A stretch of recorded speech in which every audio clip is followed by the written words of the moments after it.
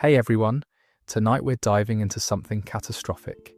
A story of royal blood, shattered crowns, and a woman who refused to let her family's murders go unavenged. We're talking about Margaret of York, a princess who became the most dangerous enemy the Tudor dynasty ever faced. So before you get comfortable, take a moment to like the video and subscribe, but only if you genuinely enjoy what I do here. And let me know in the comments where you're tuning in from and what time it is for you. It's always fascinating to see who's joining us from around the world. Now dim the lights, maybe turn on a fan for that soft background hum, and let's ease into tonight's journey together.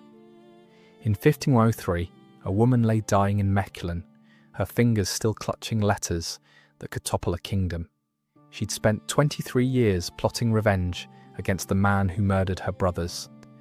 23 years sending assassins, funding rebellions, creating false princes from peasant boys.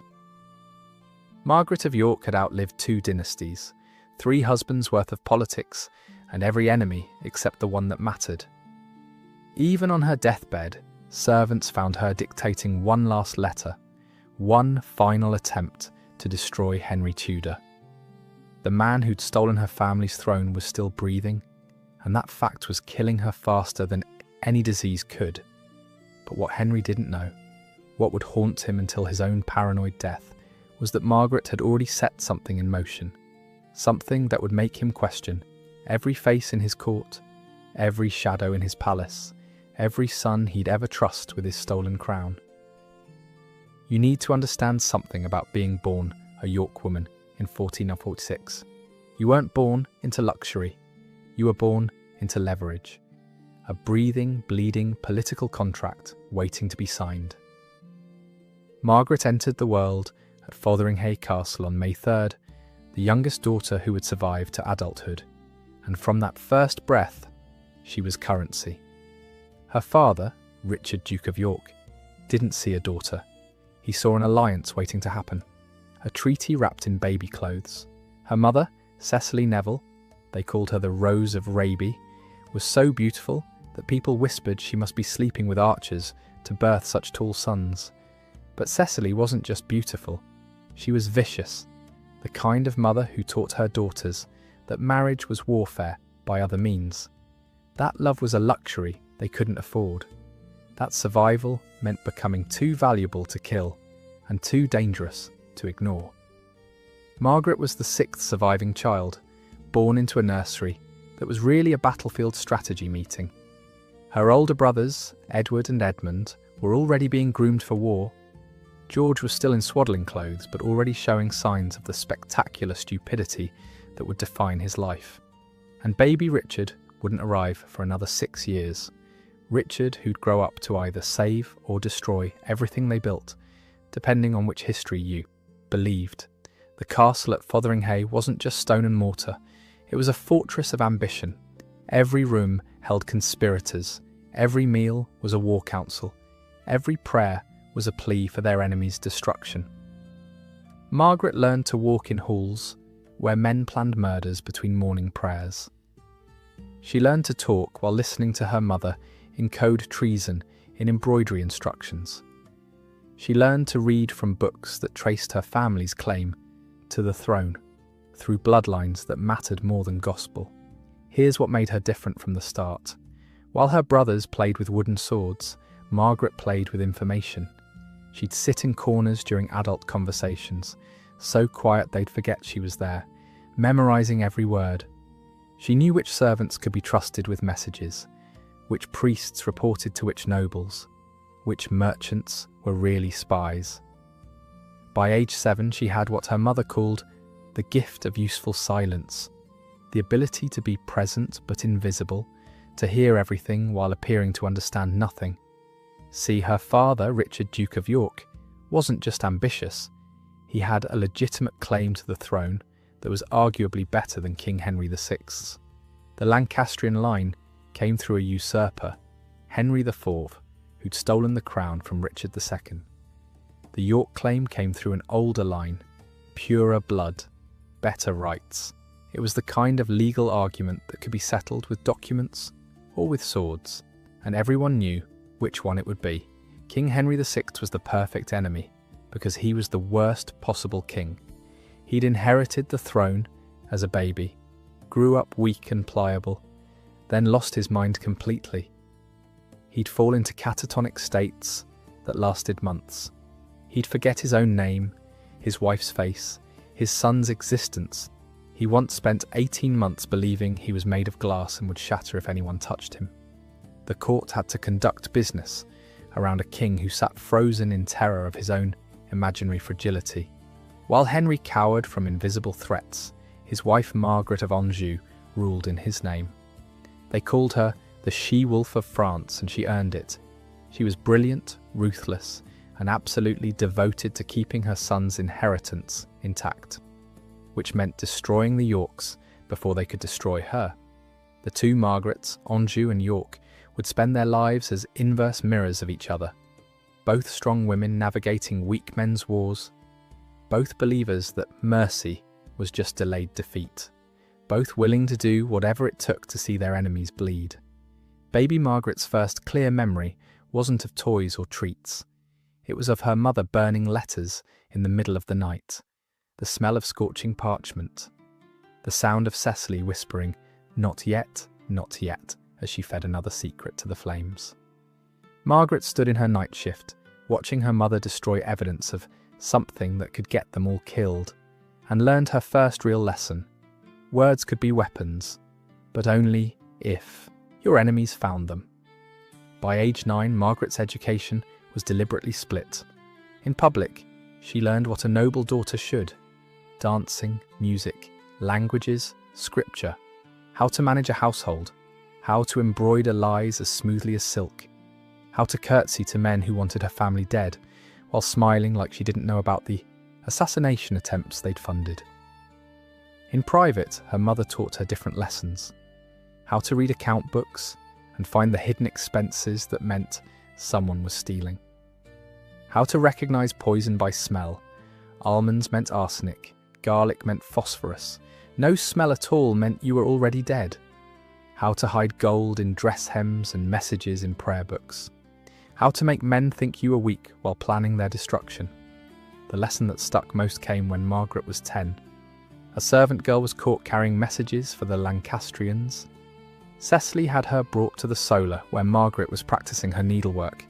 The girl was maybe 16, pretty, trembling. Cecily asked Margaret what should be done with a traitor. Margaret suggested mercy. The girl was young, scared, maybe she didn't understand. Cecily nodded thoughtfully. Then she had the girl's tongue cut out right there in the solar. The blood splattered across Margaret's embroidery.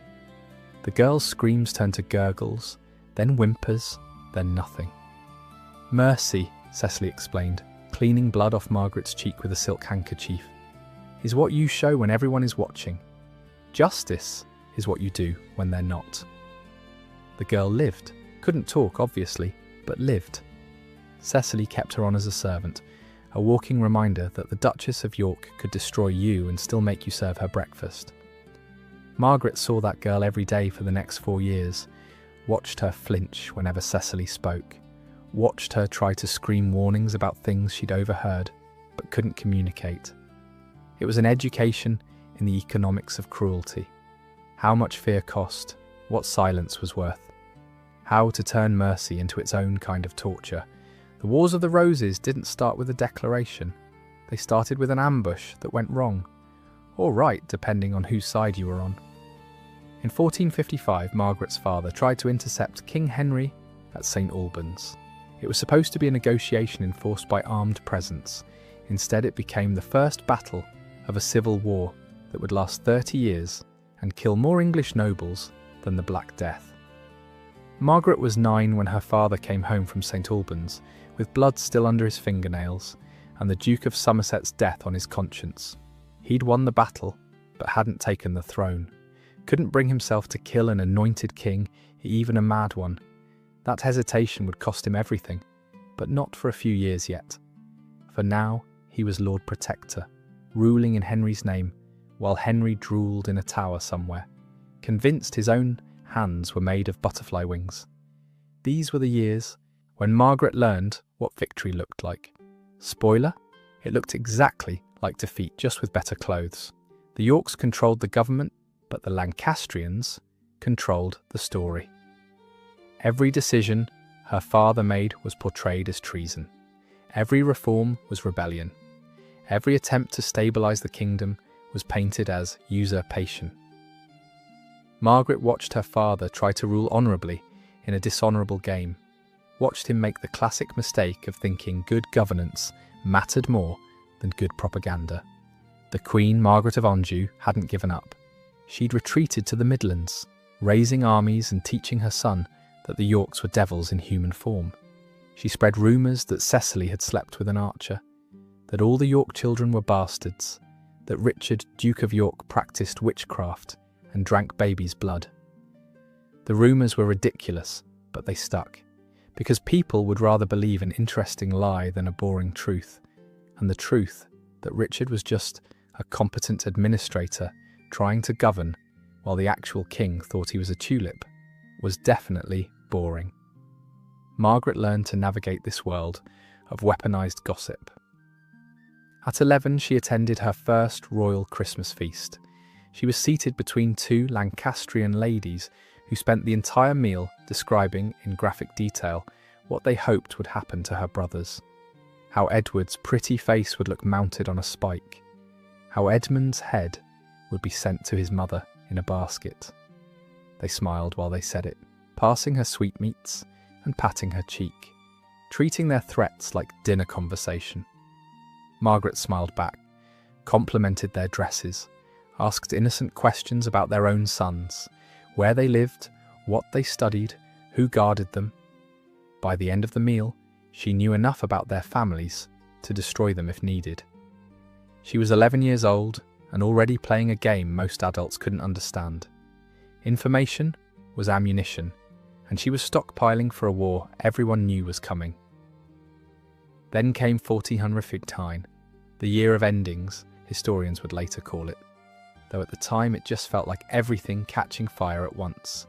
King Henry had one of his lucid periods, always dangerous because he'd tried to undo everything that happened while he was mad. He declared the Yorks traitors, again, but this time he had an army to enforce it. The confrontation came at Ludford Bridge. Margaret's father brought his forces, but at the last moment, their key allies, the Calais garrison, switched sides. Betrayal in the middle of the night. The York forces evaporated like morning mist. Her father had two choices: fight and die gloriously, or flee and live shamefully.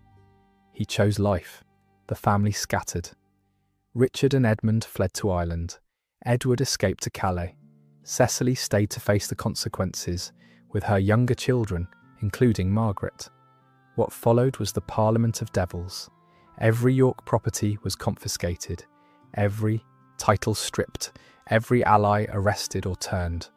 Margaret, 13 years old, went from being one of the richest heiresses in England to technically being a traitor's daughter, with nothing to her name but the clothes she wore. Cecily had to beg, actually beg on her knees, for a pittance to feed her children. The Queen made her do it publicly, in front of the entire court, just for the pleasure of watching the proud Rose of Raby grovel. Margaret stood behind her mother during that humiliation, memorising every face that smiled, every noble who'd eaten at their table, now laughing at their downfall, every bishop who'd blessed them now, calling them cursed. She didn't cry, didn't rage, just watched and remembered. Years later, when she had power and money, she'd destroy each of those men so thoroughly their families would change their names to escape the association. But that day, she just stood silent, a 13-year-old girl learning that humiliation was just anger that hadn't found its weapon yet.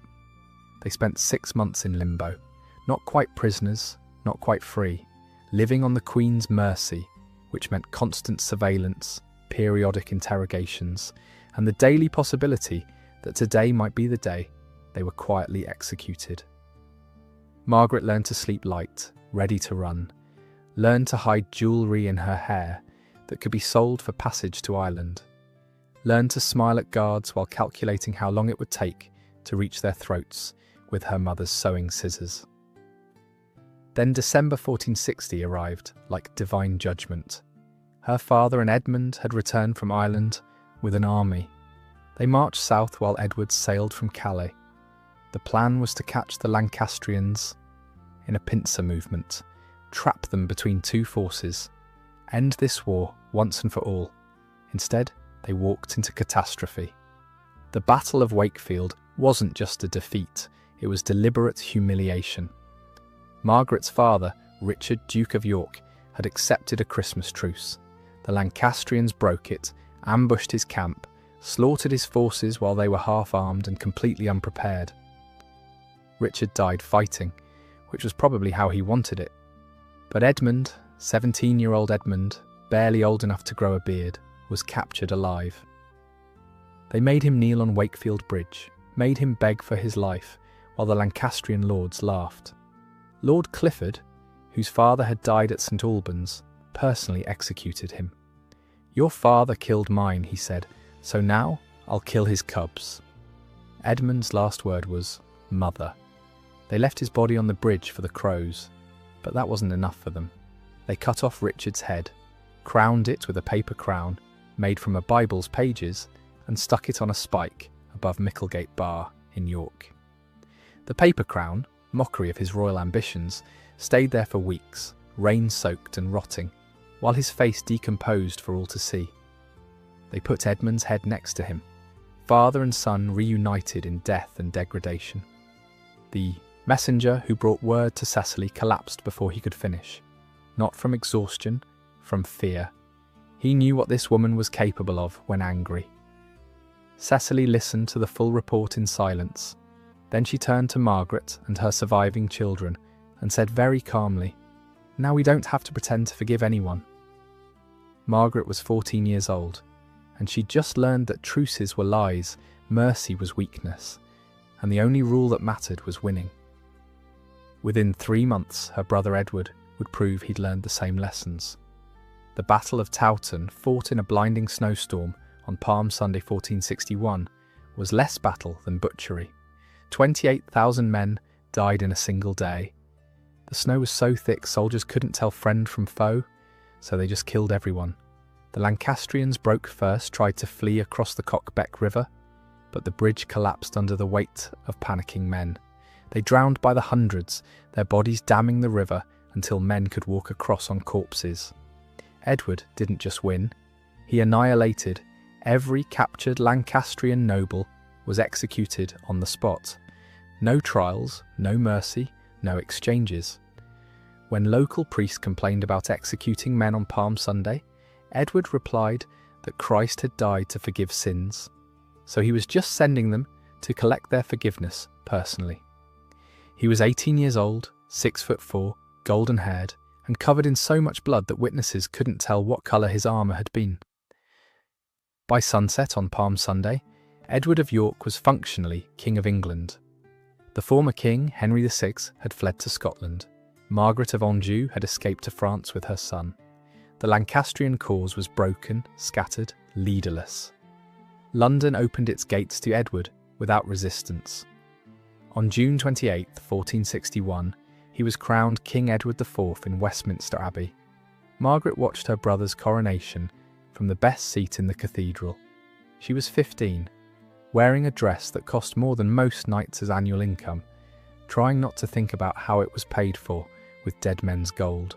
The same nobles who'd laughed at her mother's begging now knelt before her brother. The same bishops who'd called them cursed now proclaimed them blessed. The same merchants who'd refused them credit now offered unlimited loans. But Margaret wasn't celebrating. She was studying, watching how quickly loyalty shifted, how easily oaths were broken and remade, how the difference between traitor and hero was just who won the last battle. She saw her brother George, now Duke of Clarence, already looking petulant that he wasn't closer to the throne. Saw their youngest brother Richard, just 9 years old, standing perfectly still for the entire 3-hour ceremony, already showing the self-control that would make him dangerous. During the coronation feast, Margaret overheard 2 Lancastrian widows, women whose husbands had died at Towton, discussing whether Edward would marry their daughters. The bodies weren't even buried, and they were already planning how to join the winning side. That's when Margaret understood that victory wasn't about defeating your enemies. It was about making them betray themselves to join you, making their survival depend on your success. Edward took to kingship like he'd been born for it, which, according to their family's version of history, he had been. He was brilliant at being king in public, charming, generous, magnificently royal. Women loved him, and he loved them back, enthusiastically and often. Men admired him even when he was seducing their wives. He could drink anyone under the table, then wake up fresh and ready to govern. He made being king look easy, which was its own kind of genius. But Margaret saw what others missed: the way Edward's hands shook after signing death warrants, how he drank more after executions, the nightmares that made him cry out for Edmund. The crown was heavy, and Edward carried it by pretending it weighed nothing. He buried his grief under feast after feast, woman after woman, victory after victory. But grief doesn't go away just because you ignore it. It just ferments into something more dangerous. The marriage question started immediately. Every unmarried princess in Europe was suddenly available. The King of France offered his sister. The Duke of Burgundy hinted about alliances. Spanish princesses, Scottish princesses, German princesses. The offers poured in like wedding invitations to a feast of power. Edward entertained them all, made promises to none, and secretly married a widow named Elizabeth Woodville in a ceremony so private that only the priest and 2 witnesses knew about it for months. When Edward finally announced his marriage, the court exploded. Elizabeth Woodville wasn't foreign royalty who could bring alliances. She wasn't even noble. Her father was a mere knight. Worse, she was a Lancastrian widow with 2 sons from her previous marriage. She was beautiful, yes, but beauty didn't bring armies or trade agreements. The marriage was personal, emotional, romantic, everything a royal marriage shouldn't be. Margaret understood before anyone else what this meant. Edward had just declared that he'd make decisions based on what he wanted, not what the kingdom needed. It was simultaneously admirable and catastrophic. A king who followed his heart was a king who could be led by it. And Elizabeth Woodville, with her blonde hair and grey eyes and perfect smile, had just proven she could lead Edward anywhere she wanted. The Woodvilles descended on court like locusts in silk. Elizabeth had 5 brothers and 7 sisters, all of whom suddenly needed titles, marriages and positions. Within 2 years, the Woodvilles controlled more of the English government than families who'd been noble for centuries. They were everywhere, in the treasury, the military, the church. Elizabeth's father, who'd been nobody, was now Earl Rivers. Her 20-year-old brother John married the Duchess of Norfolk, who was 65 and one of the richest women in England. It was shameless, spectacular, and completely legal. Margaret watched this invasion with fascination and disgust, not because she cared about bloodline purity. That was a game for people who didn't understand real power, but because she saw how it fractured Edward's support. The Earl of Warwick, who'd helped put Edward on the throne, was furious. George of Clarence, already jealous of Edward, now had the Woodvilles to hate too. The nobility who'd fought for York were being displaced by upstarts who'd fought against them. This was when Margaret learned another crucial lesson. Victory creates more enemies than defeat. When you lose, your enemies feel safe ignoring you. When you win, everyone who helped you win thinks they deserve more than they got. Edward had united the nobility against the Lancastrians. Now, without that common enemy, they were turning on each other. Margaret's own position was precarious but powerful. As the king's sister, she was the most valuable, unmarried woman in England. Every conversation was a negotiation for her future. Every smile was analysed for preference. Every dance was a diplomatic mission. She couldn't show favour to anyone without starting rumours, couldn't refuse anyone without causing offence. She existed in perfect paralysing balance. The marriage negotiations for Margaret started in earnest in 1465.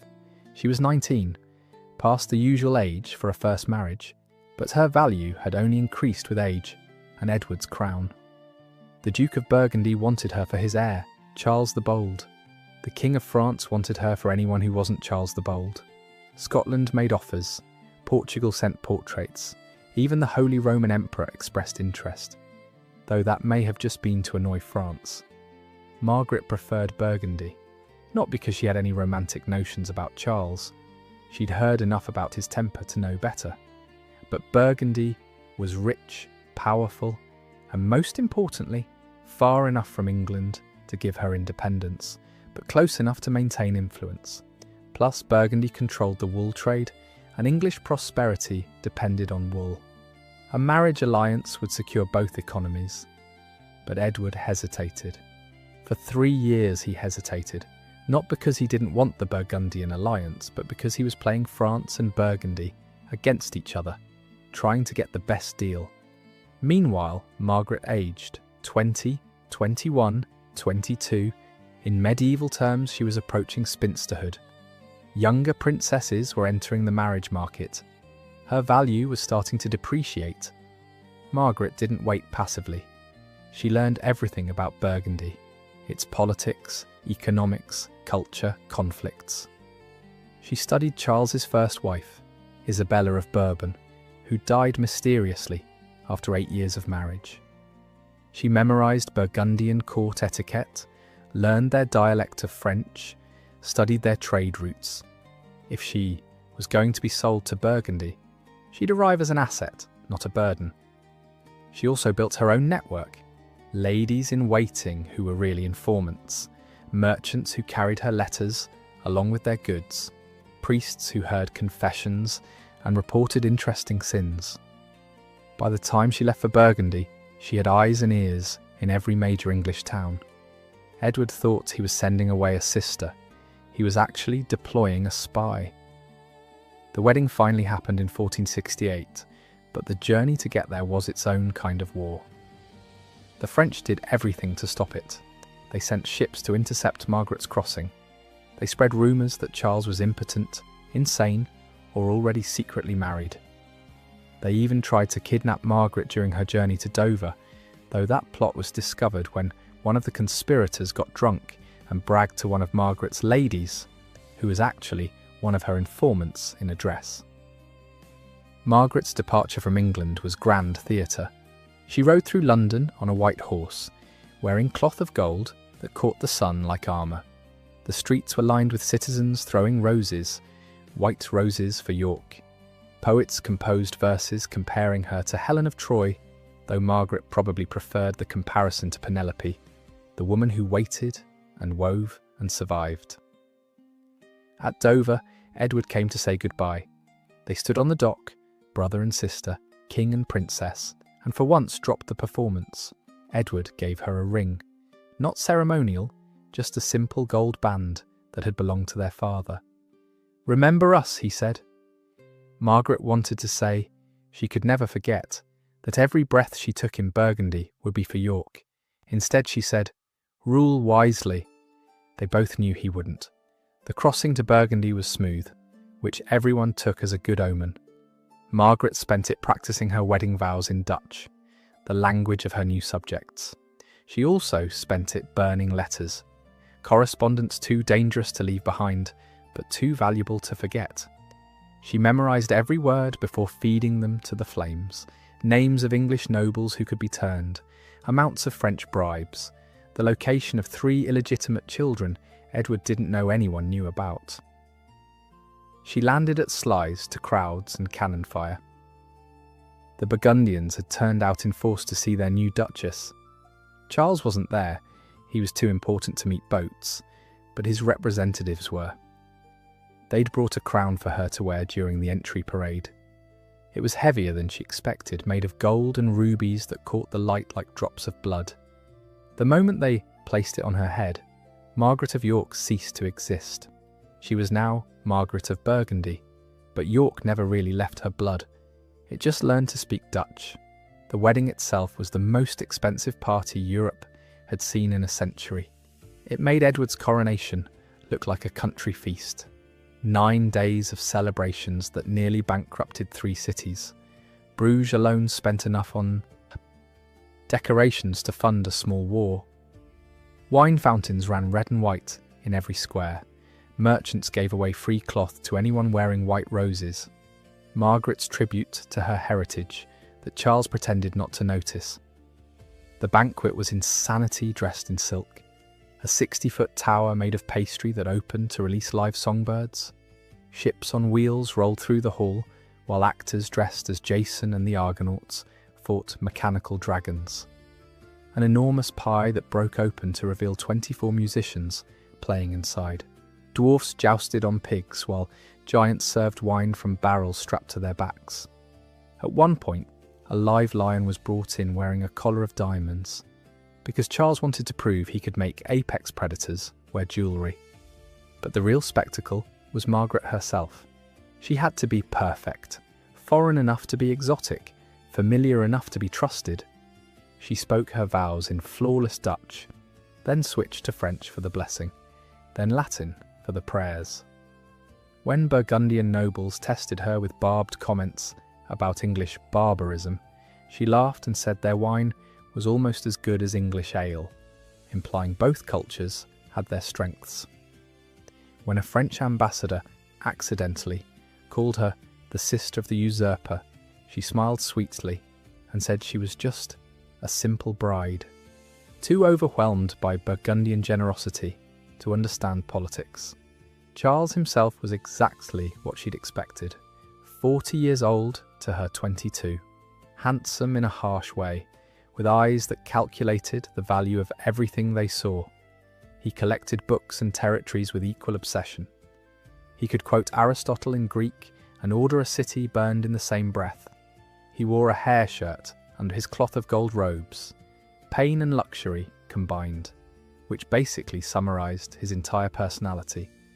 Their wedding night was political theatre performed before an audience. The court literally watched them get into bed together. Nobles stood around the marriage bed, while priests blessed the sheets, and Margaret's mother-in-law made jokes about hoping for a grandson by morning. The curtains were drawn for exactly 1 hour, while the court waited outside. Some claimed they heard Margaret cry out. Others said there was only silence. When the curtains opened, Charles emerged to announce the marriage was consummated. Margaret stayed in bed, staring at the canopy, calculating how to turn this humiliation into power. But here's what those watching courtiers missed. After they left, Charles returned to the bed and talked to Margaret for 3 more hours. Not about love or desire, about England, about which French nobles could be bought, about Hanseatic trade routes, about how long Edward could hold his throne, with the Woodvilles making everyone angry. This wasn't a marriage, it was a merger. 2 brilliant, cold people recognising each other as useful tools. Margaret threw herself into her new role with terrifying efficiency. Within 6 months, she'd reorganised the Duchess's household, cutting expenses by 30%, while somehow making it look more luxurious. She renegotiated trade agreements that tripled English wool imports. She established a court that rivaled Paris for the culture and sophistication. She became Charles's most trusted advisor on English affairs, which meant she read every letter between Burgundy and England before anyone else. She also built her own power base. She patronised artists, creating a cultural renaissance that made Burgundy the envy of Europe. She commissioned illuminated manuscripts that cost more than castles. She brought English musicians to teach Burgundian composers and Burgundian painters to capture English styles. Every artwork was propaganda, showing the glory of Burgundy with subtle white roses worked into the borders. But her real achievement was intelligence. Margaret created the most sophisticated spy network in Northern Europe. Every English merchant in Burgundy reported to her. Every travelling priest carried her messages. She had servants in the French court who memorised conversations, bankers who tracked suspicious payments, nuns who read letters meant for other eyes. Within a year, She knew more about European politics than most kings. The network ran on favours and fear in equal measure. Help Margaret, and your trade routes were protected, your loans approved, your daughters married well. Cross her and your ships mysteriously sank. Your credit dried up.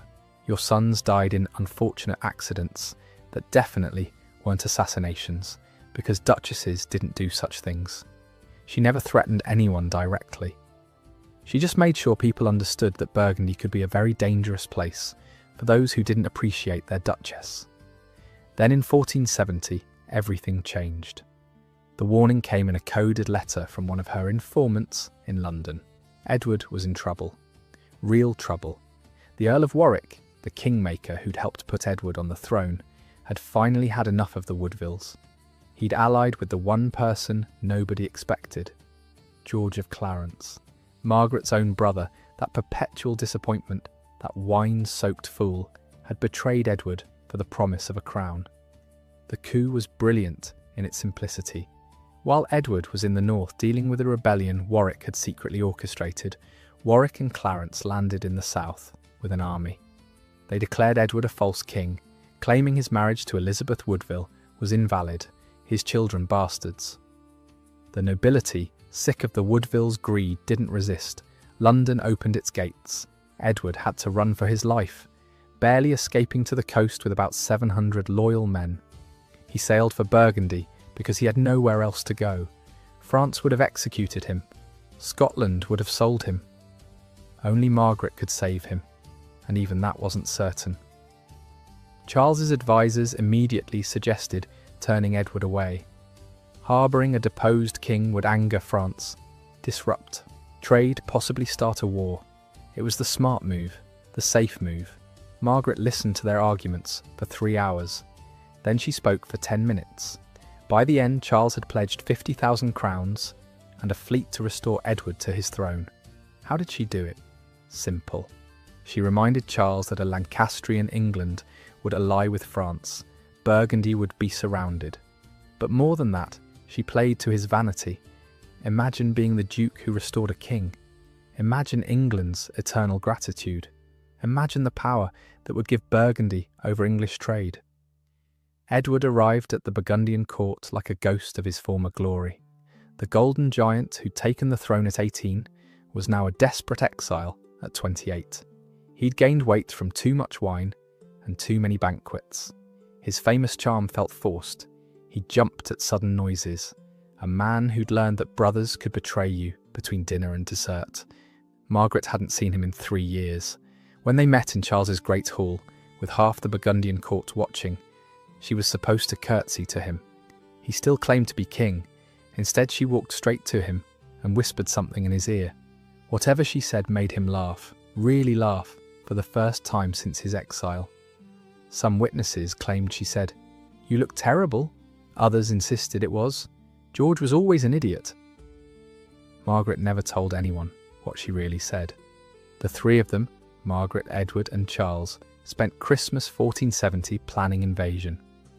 While the rest of the court feasted on swan and drank themselves stupid, they were in Charles's study, maps spread across every surface. Margaret was the one who suggested landing in the north, where Edward still had loyalty. She was the one who pointed out that Clarence was already regretting his choice. His wife was Isabel Neville, Warwick's daughter, but she was also Margaret's sister-in-law, and family ties might be exploited. She was right. When Edward landed at Ravenspur in March 1471, with just 2,000 men, Clarence was waiting, not to fight him, but to join him. The brothers embraced in the mud, Clarence weeping, Edward forgiving. It was touching. It was also tactical. Edward needed every sword he could get, even held by treacherous hands. What followed was the bloodiest spring in English history. The Battle of Barnet, fought in fog so thick that men killed their allies because they couldn't see badges in the mist. Warwick, the kingmaker, died trying to reach his horse, cut down in confusion. Then Tewkesbury, where the 17-year-old Lancastrian Prince of Wales was butchered despite crying for mercy. Some say Edward killed him personally. Others say it was Clarence, trying to prove his new loyalty. Or maybe it was Richard, just 18 but already earning his reputation for necessary violence. Margaret got the news in Bruges. Edward was king again. The Lancastrian line was essentially extinct. Mad King Henry would die, mysteriously, in the Tower within days.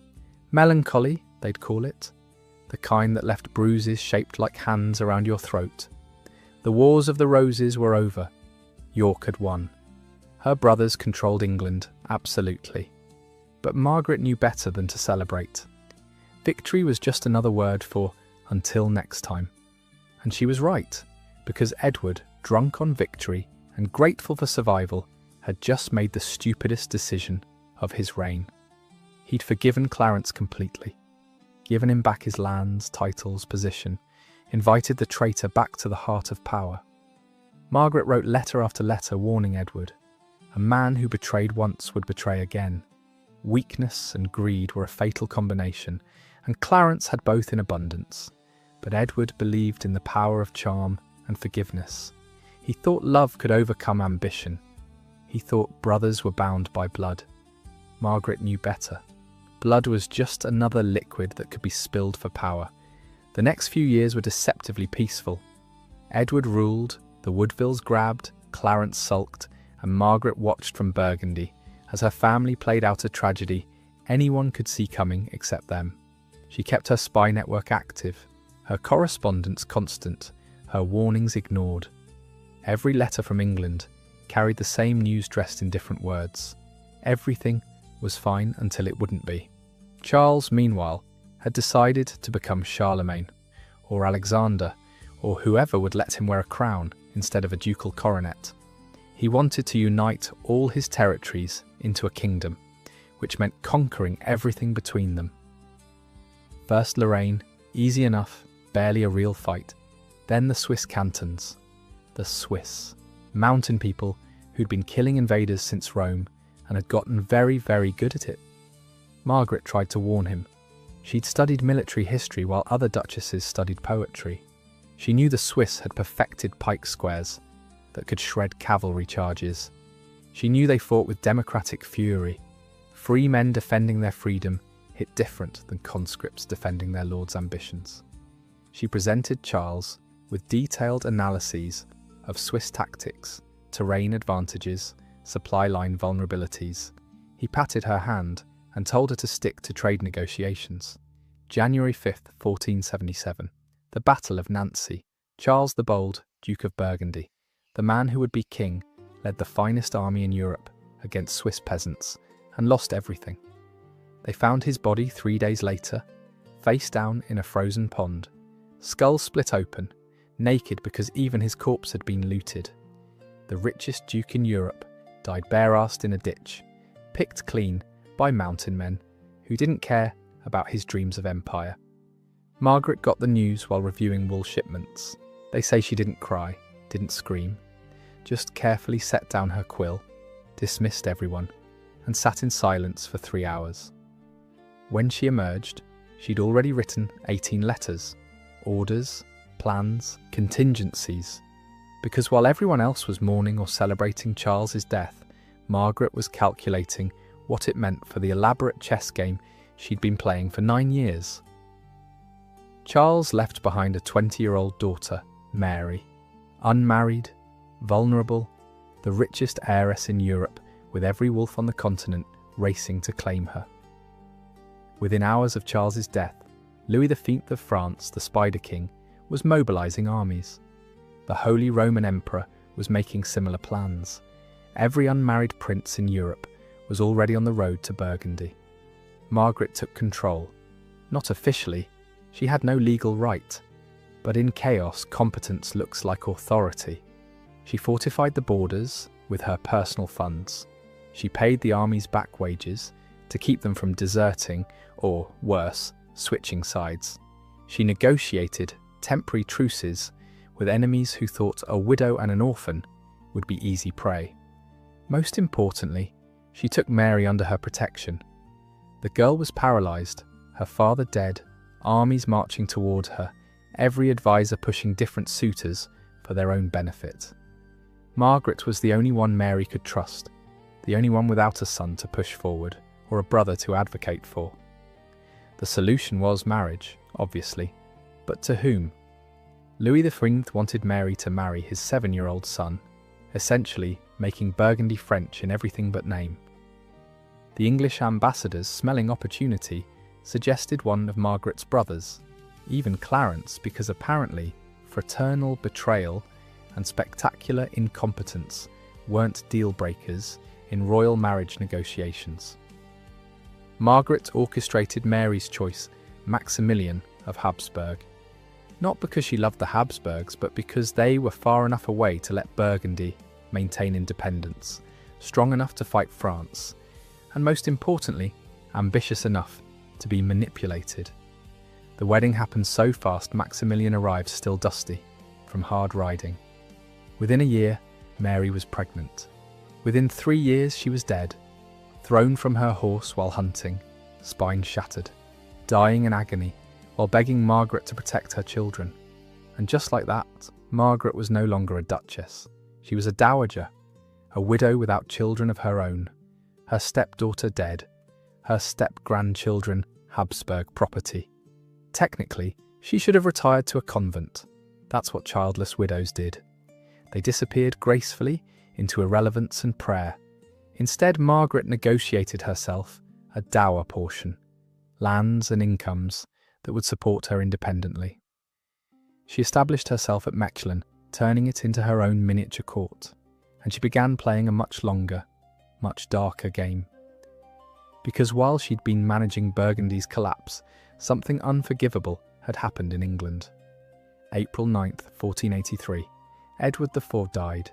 He was only 40. They said it was fever, or poison, or too much wine, and women finally collecting their debt. Nobody knew for sure, but Margaret knew what it meant. Edward's heir was 12-year-old Edward V, a child king in a kingdom that ate children alive. The news reached Margaret in fragments. First that Edward was ill, then that he was dying, then that he was dead, then that everything was falling apart faster than anyone could track.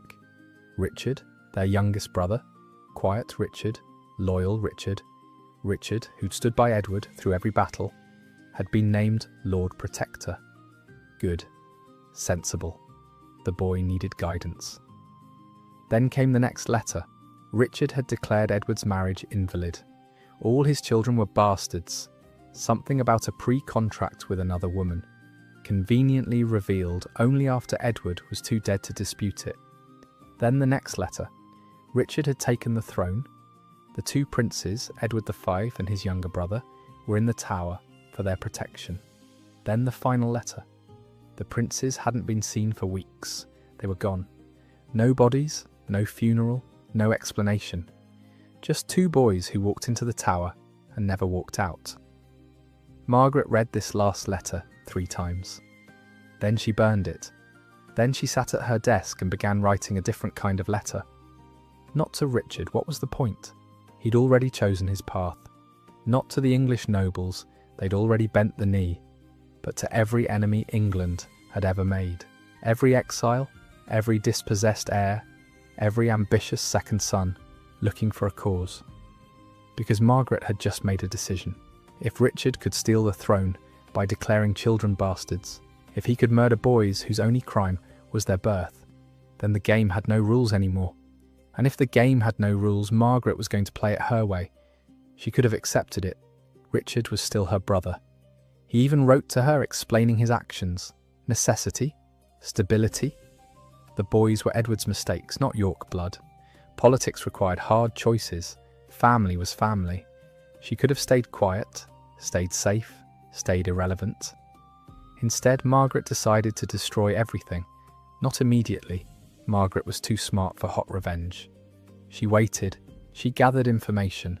Richard's reign was already shaky.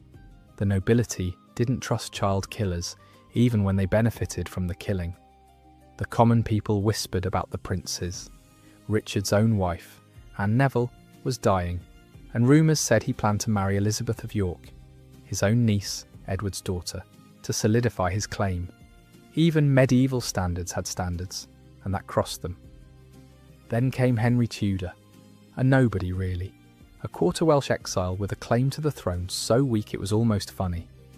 Through his mother, Margaret Beaufort, who descended from John of Gaunt's bastard line that had been legitimised but specifically barred from the throne. He'd been hiding in Brittany for 14 years, so insignificant that Edward had stopped bothering to have him assassinated. But Henry had one thing Richard didn't: clean hands. He hadn't betrayed anyone because he'd never been close enough to power to have the opportunity. He hadn't murdered nephews because he didn't have any. He was a blank slate that desperate people could project their hopes onto.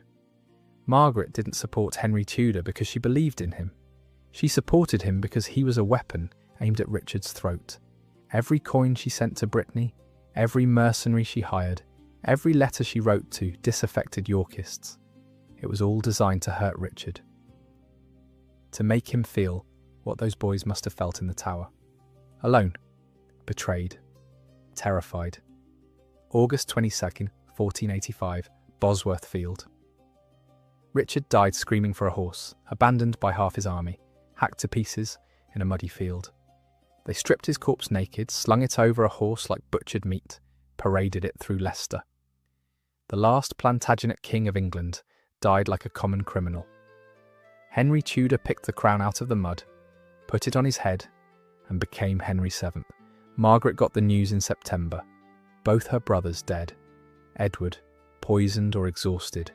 Richard, butchered. The boys she'd grown up with, plotted with, loved despite everything, gone. The York dynasty was finished. And the man wearing the crown, the son of Margaret Beaufort, a woman Margaret had known at court, a woman who'd smiled to her face while planning her family's destruction for 20 years. The sensible thing would be to accept defeat. She was 40 years old, widowed in a foreign country. Her family was dead or scattered. Henry Tudor had won. He'd even married her niece, Elizabeth of York, uniting the two roses. The wars were over. Time to retire gracefully. Margaret started recruiting assassins, but not obviously. First, she grieved publicly, wore black for a full year, commissioned masses for her brothers' souls, sent a polite letter of congratulation to Henry and Elizabeth on their marriage. She was the perfect image of a defeated woman accepting God's will. Henry's spies, and he had many, reported that the Duchess of Burgundy had accepted the new order. Meanwhile, Margaret was building something beautiful, a factory for fake princes. She found the first one in Ireland, a 10-year-old boy named Lambert Simnel. Blonde, delicate features, the right age to be Edward, Earl of Warwick, Clarence's son, one of the last male Yorks. Never mind that the real Edward was locked in the Tower. Details like truth had never stopped anyone before. A priest named Richard Simon had been training the boy, teaching him to walk like a prince, talk like a prince, wave like a prince. Margaret didn't believe for a second this child was her nephew, but she threw her full support behind him anyway. Money, 2,000 German Landsknechts, letters to every Yorkist exile dreaming of restoration. May 1487, they crowned Lambert Simnel as King Edward VI in Dublin Cathedral. The Archbishop performed the ceremony with absolute seriousness, probably because Margaret was paying him enough to buy his own cathedral. Ireland didn't care if the boy was real. Ireland hated England, and they'd crown a sheep if it annoyed the English. June 16th, 1487, the Battle of Stokefield, the last battle of the Wars of the Roses, though nobody knew it yet.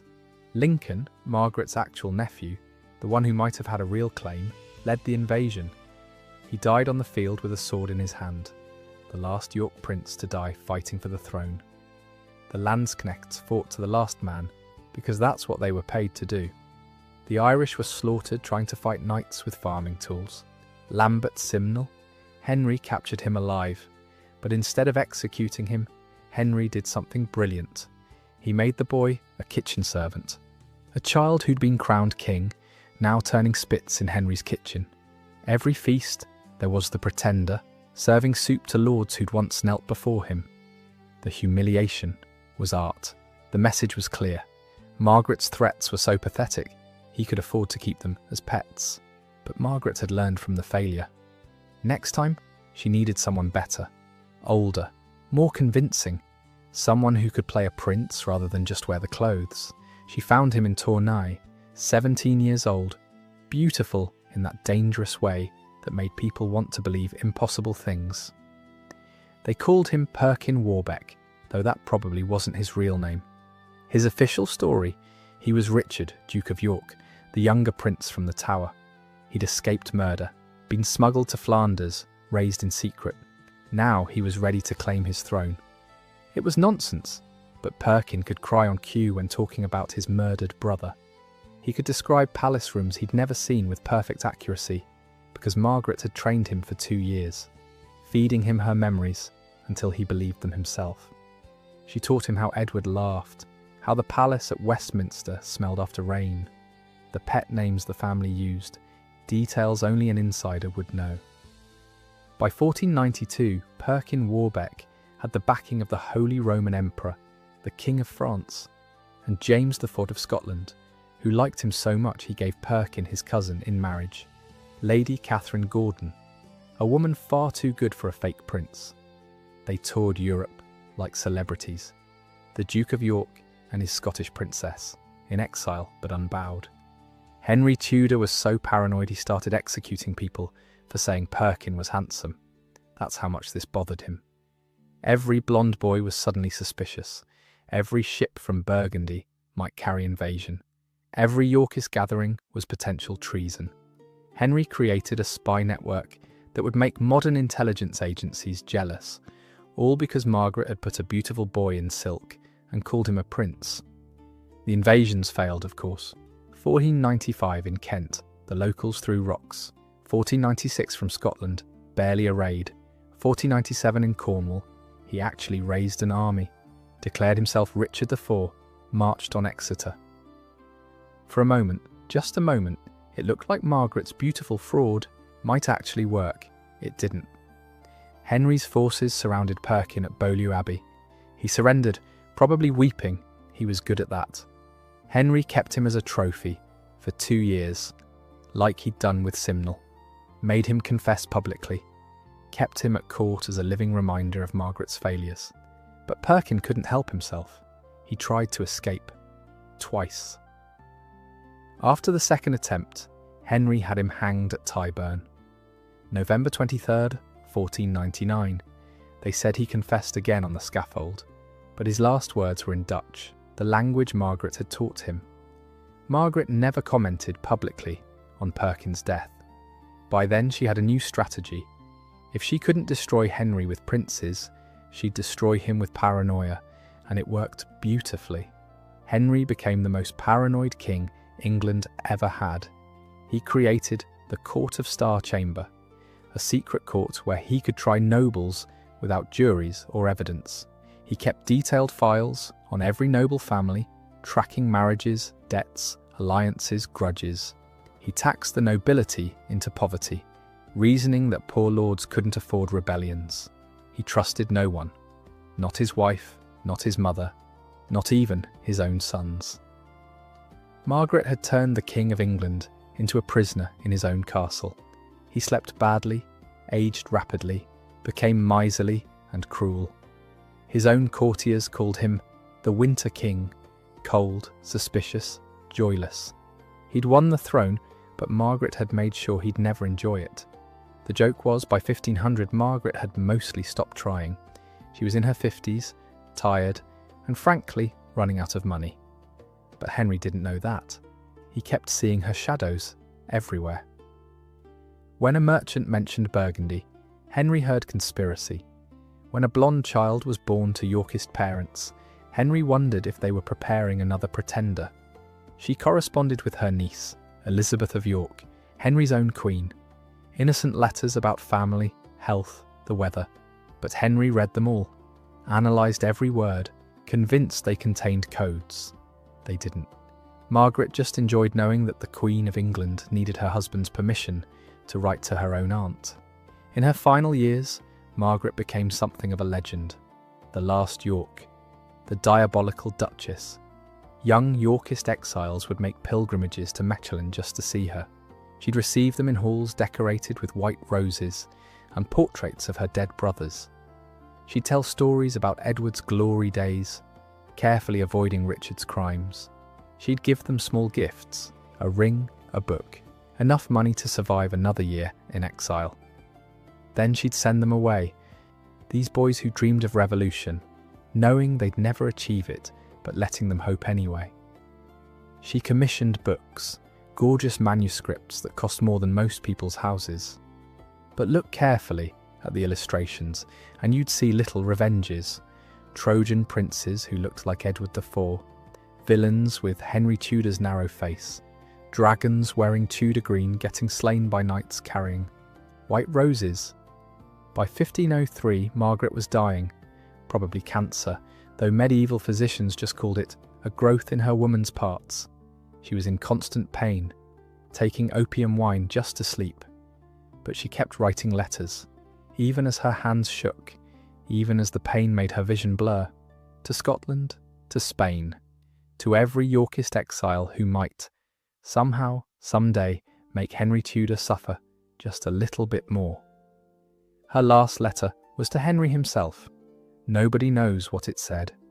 Henry burned it immediately, then locked himself in his chambers for 3 days. But his courtiers noticed something.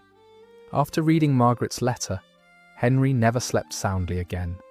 He'd wake screaming about white roses growing from his chest. He'd see Edward IV's face in mirrors. He became convinced his own son, Prince Henry, was plotting against him. Margaret of York died on November 23, 1503. The exact same date Perkin Warbeck had been hanged 4 years earlier. Maybe coincidence, maybe she'd been holding on, waiting for that anniversary. She died at night, clutching a white rose badge, smiling, the kind of smile that suggested she knew something nobody else did. They buried her in the Franciscan church in Mechlin. Simple black marble, no effigy, just her name and titles. Duchess of Burgundy, sister to King Edward IV.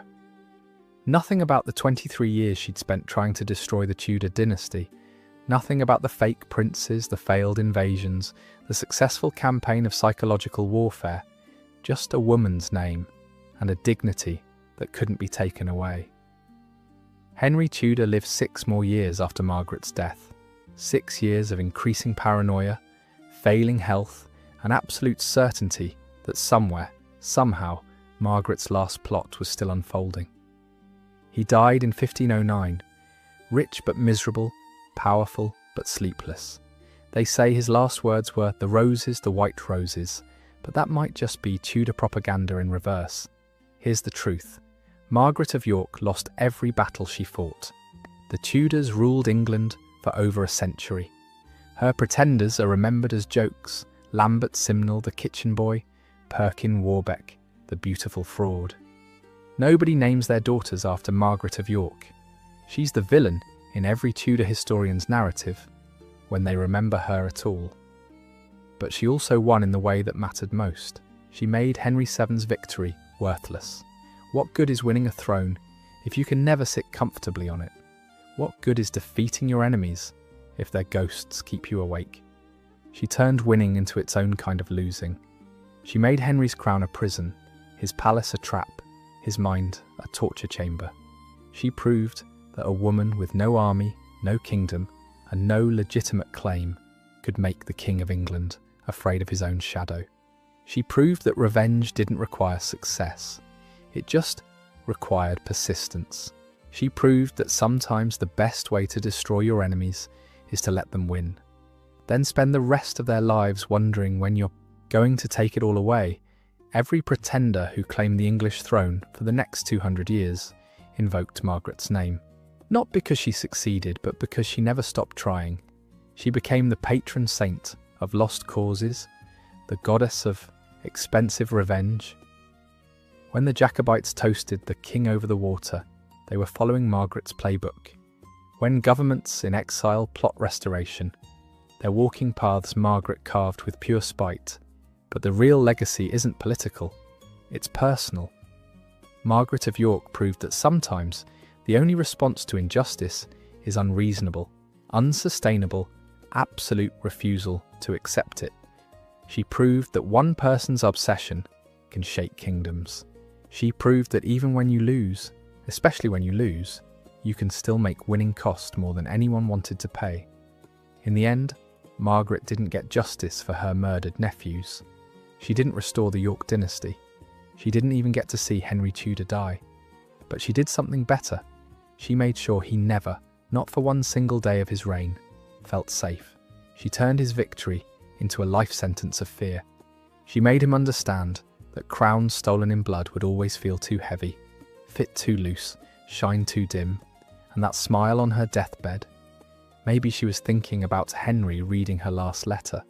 Maybe she was imagining his face when the next blonde boy showed up claiming to be a lost prince. Or maybe she just enjoyed knowing that somewhere in Westminster Palace, the King of England was sleeping badly, dreaming of white roses growing from his chest, wondering if death was really enough to stop Margaret of York. It wasn't. Some ghosts don't need to be real to haunt you. They just need you to believe they might be. And Margaret of York? She made absolutely certain Henry Tudor would believe, until his dying breath. That's not losing. That's winning the only game that actually mattered. The one played in your enemy's mind. Margaret of York died believing she'd failed. History says she failed. But every night, Henry Tudor woke up screaming. That was Margaret winning. Every rival he executed out of paranoia, Margaret winning. Every tax he levied to fund his spy network, Margaret winning.